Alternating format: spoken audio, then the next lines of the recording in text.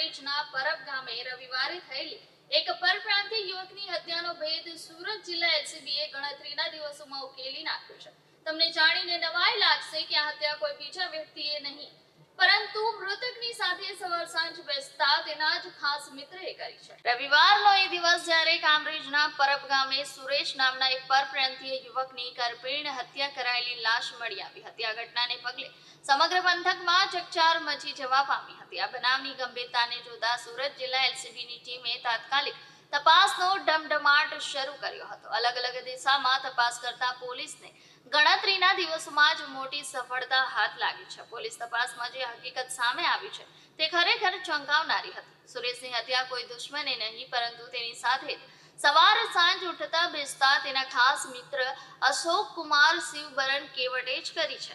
પોતાનો ગુનો છુપાવવા માટે હત્યારો અશોક ભાગવાની ફિરાકમાં હતો પરંતુ તે રાજ્ય છોડીને ભાગે તે પહેલા જ પોલીસે બાતમીના આધારે તેને ઝડપી પાડ્યો હતો। પોલીસની કડક પૂછપરછમાં આરોપી અશોક કુમાર ભાંગી પડ્યો અને તેણે પોતાનો ગુનો કબૂલી લીધો છે।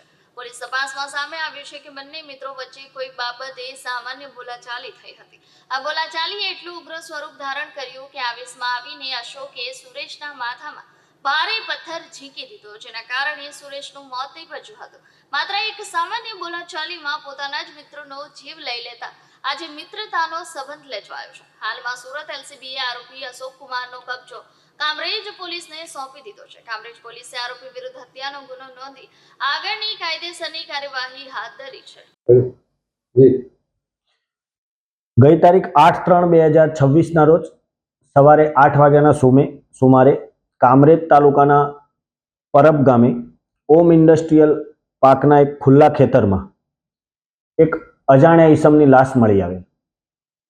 જે લાશ મળી આવે તપાસ કરતા એનું કોઈએ બોથડ પદાર્થ યાની કે પથ્થર મારીને ખૂન કરેલાનું પ્રાથમિક દ્રષ્ટિએ જણાયેલ, જેથી સ્થળ ઉપર તાત્કાલિક કામરેજ પીઆઈ, કામરેજ પોલીસ, એલસીબીના અધિકારી કર્મચારીઓ અને એસપી સાહેબે પણ આ ગુનાવાળી જગ્યાની વિઝિટ કરેલ અને ત્યારબાદ આ અજાણ્યો ઈસમ કોણ છે તે બાબતે તપાસ કરવા માટે તમામ ટીમોને સૂચના કરતા તાત્કાલિક આજુબાજુને તપાસ કરતા મરણ જનાર સુરેશ ઉર્ફે દીપુ હરિશંકર મિશ્રા, જે ત્યાં ઓમ ઇન્ડસ્ટ્રીમાં જ નોકરી કરતા હતા એક ખાતામાં અને મૂળ વતની રાયબરેલી જિલ્લાના યુપીના છે, તેઓને કોઈએ અજાણ્યા ઈસમે માથામાં પથ્થર મારી મૃત્યુ નિપજાવેલ, જે ખૂનનો ગુનો અનડિટેક હોય, જે ડિટેક્ટ કરવા સારું સુરત રેન્જ પોલીસ મહાનિરીક્ષક શ્રી પ્રેમવીરસિંહ સાહેબ અને એસપી શ્રી રાજેશ ગઢિયા સાહેબનાઓએ એલસીબીની ટીમને અને કામરેજ ટીમને સૂચના કરેલ। જે અનુસંધાને એલસીબી અને કામરેજ ટીમ